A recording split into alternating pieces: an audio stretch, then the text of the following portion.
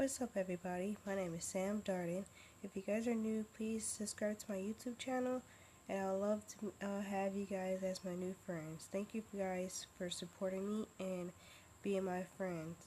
I love you guys, and I'm glad that you enjoy my videos. So, if you guys want to watch more videos, just hit the subscribe button, turn the notification bells on for more new videos coming your way. So, I'm going to be doing 5 most haunted places in Ohio, which that's my town. And I hope you guys enjoy this video. This is going to be, it's 14 and 58 minutes. 14 minutes and 58 hours. So, let's get this video started. And I'm about to, and plus my tab is 42%, which I'm going to record that, do that, charging it up right now. When I begin today's list, I would just like to say that during my research for this, I found that the list was very full of overwhelming paranormal places. But, being a top 5 video, I had to make cuts, and while they may not be your top 5, you must keep in mind that Ohio has some of the most paranormal activity in the world. Did you So guys this list hear was that? very difficult to narrow down, and I absolutely plan to revisit the state in the future. This is really creepy.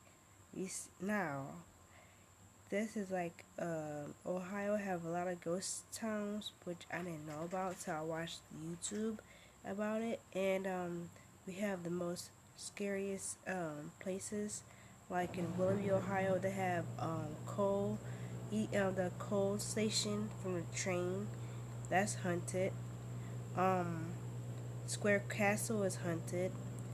um, some other place that's in Cleveland that's really haunted too. So, enjoy these videos. Comment down below if you guys have ghost towns like that and where you guys are from. Comment down below which states are you guys from and what time what time is it there. It's 2:39 p.m. in Ohio. It's Eastern time here. So I hope you guys enjoy this video and like and subscribe. Thank you guys for watching this awesome video.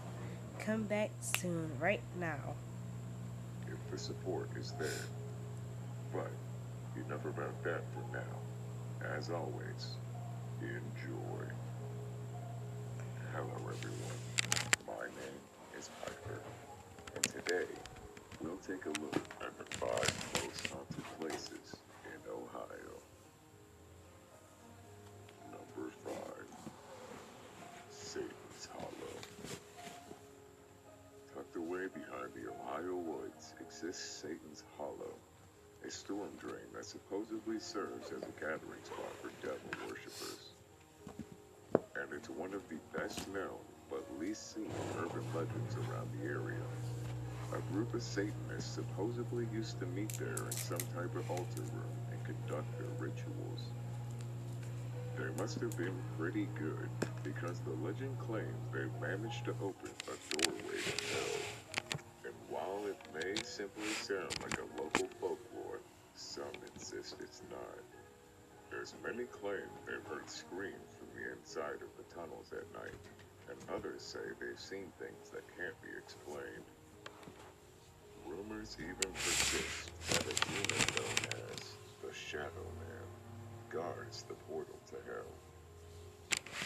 He is some kind of hall monitor from hell, left here by Satan to guard these tunnels. The Shadow Man is said to appear in a form of a human, only completely blacked out, hence his name. There are many spotted arrows drawn inside the tunnel, directing trespassers to an area in the back. Inside are graffiti-covered walls and painted signs that read, "This way to God's chamber, It's so Badlands, creepy. and 666. Number 4. Cincinnati Music Hall. The Music Hall is one of Cincinnati's most iconic buildings and was designated a National Historic Landmark in 1975. It's also well known to paranormal enthusiasts as one of the Cincinnati's most active sites, with stories dating from the early 1800s. stories of ghosts in the music hall are legendary. Groups that specialize in the paranormal often visit the music hall to try to determine the presence of otherworldly figures. Whether you believe in them or not, the experiences are real and involve individuals who are not prone to making things up, either to get attention or to deliberately mislead. Throughout its history, excavations in and around the music hall have yielded human bones. In fact, a map from the 1830s shows that the south part of the structure was built over a potter's field. It was believed to be these souls and spirits that wander the music hall, upon occasion making their presence known. Longtime employees of the organization based in the music hall testified to being in the presence of ghosts on multiple occasions. Cincinnati Opera CEO and General Director Patricia Beggs spent many nights at the music hall during opera season and says she too has felt their presence. She related an experience a fellow opera employee had in the 1990s. One of our employees came down here one day during our season and we were left here in the dark, and he brought his little 3-year-old son Charlie with him. They went out on stage and Charlie was enjoying pretending like he was performing, and all of a sudden he looked over and said, "Daddy, who's that man in the box?" That was then Cincinnati Symphony Orchestra music director Jesus Lopez Cabos's box, which is box 9, and his father Tom said, "There's nothing in the box, Charlie." "Yes, there is. He's waving at me right now." And so with that, they packed up and left very quickly. Number 3. Prospect Place. As the laborers were being hired and ground was being cleared for the mansion, Adams built a small, 2-story frame house near the Adams warehouse in Drenson, where he and his family could live until the new house was completed. From here, he and his family often journeyed out toward Trinway to watch as their great brick structure rose a towering 3 stories from the cupola as a crown. Another wing was added, which rose 2 stories, and another wing was added to the north, almost an entirely separate house for the servants. The roof was covered in copper panels, and ornate woodwork was added to the roofline and then painted with bright colors. By the summer of 1856, the house was nearly completed.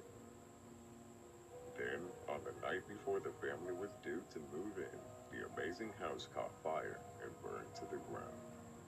A bucket brigade of neighbors and volunteers from the surrounding community hurried to the house, but they arrived too late and were unable to close the inferno. There was no immediate explanation for what had happened, but local rumor had it that the house had been set fire by an elderly Native American woman who lived nearby. She had a fearsome reputation in the community, and most referred to her simply as Satan. She had been angry with George Adams when he purchased the land to build the house because it contained a number of burial grounds. She had reportedly threatened that terrible things would happen if the land was disturbed, and many saw the fire as a result of her warnings. However, there was a more likely explanation for the fire. According to most stories, the fire was actually set by a bricklayer who had been hired for the project, named George Blackburn. He was a drunkard and a thief who also worked as a bricklayer around Drenson. Allegedly, while drunk one night, he had bragged to someone that he had set the Adams house on fire so that he could generate more work for himself. Since Adams was so well liked in the community, word of this quickly reached him and he had Blackburn arrested. The bricklayer was tried and found guilty and sent to the penitentiary in Columbus as punishment. Ironically though, Blackburn had been hired to help build the prison and knew his way around the place. He promptly escaped. His days were numbered though when he returned to Muskin County. One night while attempting to rob the house of a local farmer. His head was split open by the homeowner's axe. There are many other stories and tales around this place of horror that even I cannot begin to damper it. Creepy. Yet, number Very 2. creepy. Upon its opening in 1890, the prison was an intermediate penitentiary, a facility where first-time offenders who were too violent for industrial schools could serve their time. Inmates were taught basic trades for release and reintegration into society. However, as prison populations swelled in the 20th century, the reformatory was forced to accept inmates convicted of serious or more violent crimes. By the 1960s, the reformatory was getting crowded, and overpopulation breeds conflict and disease. At times, guards were even forced to double the occupancy in death row cells, which in at least one instance resulted in an inmate's death. During morning checks, guards noticed a prisoner missing from one of its cells. Upon inspection, the prisoner's body was found broken and stuffed beneath the bunk. Whoa, what? Instances like this forced Ohio State Reformatory to close its doors in 1972. That is so creepy how they find these creepy stuff like this. Man, I'm getting creeped out. But I like these types of stuff like that because I like learning ghosts and histories and stuff in Ohio that I didn't know about, ghost towns like that. And this is really cool and interesting. I like it because it's cool and you learn a lot from this stuff. And I learned a lot about ghost towns in Ohio, which is cool. So guys, like, comment down below what is your favorite ghost town that you ever visit, and would you ever go to a ghost town like on Halloween or now? So if you guys love this video, and just tell me anything that you like to do, just comment down below. I would do some other stuff like this, more scary stuff and more awesome videos like classic games, which I'm going to be doing after this video. I'm going to be show you guys some awesome classic games to bring you back some awesome memories about Game Boys, about all the other stuff they have now. And then like back then I brought back with the 20th the new century they brought back, which is cool. So guys, going back to the video, I hope you guys enjoying this spooky video. Thank you. Creepy. While the prison's day-to-day operations were enough to cast a shadow over the site, there were even certain events guaranteed to cause a spike in Ohio State's paranormal activity. In the late 1930s, a riot broke out in the East Cell Block. Whoa. The guards condemned 120 rioters to share 12 solitary confinement cells 1 week without food or water. This punishment drove many to the brink of madness and death. During its 94 years as a working prison, 154,000 inmates passed through the gates of Ohio State's reformatory. Many died of diseases like influenza and tuberculosis. Some went mad, others hung themselves, and at least one inmate lit himself on fire. Just outside the reformatory stand 215 numbered graves, a vivid testament to the harsh reality of prison life. The ghosts of these violent and maltreated men are not easily silenced. Visitors and tour guides have been pushed and punched by unseen forces. Oh my Lord. As with all other haunted locations, many claim to feel an inexplicable chill while on the prison grounds. Additionally, witnesses have heard cell doors slam and seen dark apparitions. Even the road leading to the Ohio State Reformatory seems haunted. Number 1. Ohio University. Ohio University is one of, if not the number 1 most haunted university in the United States. Ohio University was established in years after Ohio University was established, a mental hospital called the Athens Lunatic Asylum, now known as the Ridges, was built right beside Ohio University in 1874 and was in operation until 1993. There are 2 or 3 cemeteries at different places at the Ridges. There is one cemetery that stands out in particular.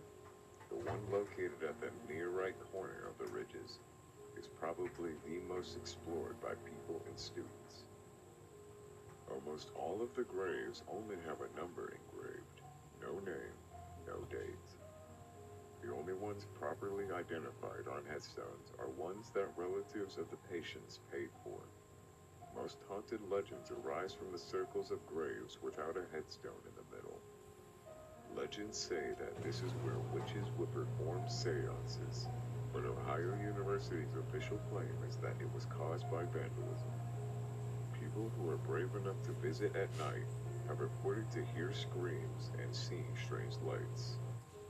The Ridges isn't the... I'm definitely not going to that place. Not ever in my life going to that one. Nope. You won't catch me seeing that. Going in there, sleeping there by myself, hearing that. If I hear somebody screaming like that, I'm definitely hauling butt out of that place and never coming back and looking back to that ever. And not even $1 billion I'm not going there either. Still to this day. Nope. I like creepy stuff, but not going in there by myself at nighttime, sleeping there by myself. No. If it was friends, of course, yes. But not by myself. No way. Only place that is known to be haunted on campus. Ohio University's very own residence hall, known as Wilson's Hall, is considered to be the most haunted on campus. When you look on a map, there is said to be 5 cemeteries that form a pentagram with Wilson's Hall located in the center. In the 1970s, in room 428, a young man mysteriously died. Every person who lived in the room after that reported to hearing strange noises or seeing objects move. Similar occurrences kept happening until a young woman moved into the room and violently died after practicing occult in the room. What? The room after her death was then closed off, prohibiting anyone from living in it. It has now been converted into a boiler room. However, room 428 isn't the only spooky thing about Wilson Hall. The hall is also rumored to be built on top of an ancient Indian cemetery, which is a location for major spiritual energy. Wilson isn't the only residence hall that's rumored to be haunted. Jefferson Hall has a marble sound, which sounds like hundreds of marbles are being dropped on the floor of the building, which is supposed to be empty. Washington Hall is rumored to have a basketball team haunt its halls. And people have confessed to hearing basketballs being bounced in the hallways when no one is there. Legend also says that Crawford Hall has had ghostly experiences after the death of a young woman named Laura, who fell from a 4th floor window. Lights turn on and off by their own, doors slam shut and open by their own, and the Bob Marley song Laura will not play on any musical device. If you enjoyed today's video, please leave a like or a comment and tell me what state you would like to see done next. Now I'm set. So guys, if you guys love this video, please comment down below, like, subscribe, and turn my notification bells on. Thank you for watching this awesome video. Going to do the next video. Love you guys.